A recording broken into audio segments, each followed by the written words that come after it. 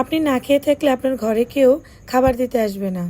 আপনি হাজারো দুঃখে বেদনা নিয়ে বেঁচে থাকলে কেউ আপনাকে জিজ্ঞাসাও করবে না। কিন্তু আপনি কারো থেকে 2 কদম এগিয়ে যান, তখন দেখবেন আপনাকে পিছনে টেনে ধরার মানুষের অভাব থাকবে না। অতএব আপনার ইচ্ছা, আপনার শক্তি যেটা আপনাকে বলে সেটাই আপনি করবেন। কারো কথায় কখনো মন ছোট করবেন না। মনে রাখবেন, যারা আপনার ভালো চায় না তারা কখনোই আপনি হাসি খুশি থাকেন সেটা তাদের দেখতে একদমই ভালো লাগবে না। তারা চাইবে যে আপনি হাজার দুঃখ বেদনা নিয়ে জীবনে বেঁচে থাকেন। অতএব যারা আপনার ভালো চায় না তাদেরকে কখনো আপনি জিততে দিবেন না। আপনি আপনার মতন করে আপনার সামর্থ্য অনুযায়ী সমাজে মাথা উঁচু করে বাঁচবেন। আপনি আপনাকে ভালোবাসবেন, দেখবেন আপনার আশেপাশের আত্মীয় স্বজনগুলো আপনাকে ভালোবাসবে। হে এভরিওয়ান, আসসালামু আলাইকুম। Welcome to my channel ঋতুস real life. আজকে খুব ছোট একটা ব্লগ আপনাদের সাথে শেয়ার করব। হঠাৎ করে একটা দরকারে গিয়েছিলাম বনানী, আর সেখান থেকে আসার পথে কোথায় কোথায় ঘুরলাম সেটাই কিন্তু আপনাদের সাথে শেয়ার করব। খুবই ছোট্ট একটা ব্লগ, আশা করছি আমার এই ব্লগটা আপনারা শেষ পর্যন্ত দেখবেন।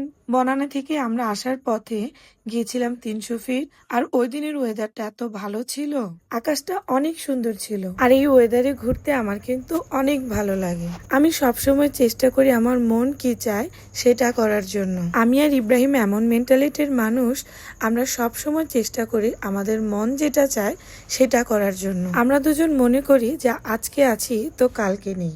অতএব আমাদের সামর্থ্যের মধ্যে আমাদের জীবনটা অনেক সুন্দরভাবে উপভোগ করতে হবে, কারণ দেহ থেকে এই অচিন পাখিটা উড়ে গেলে আর কখনো এই দেহে ফিরে আসবে না। এসেছিলাম তো 300 ফিটে একটু বসবো, আনন্দ করব।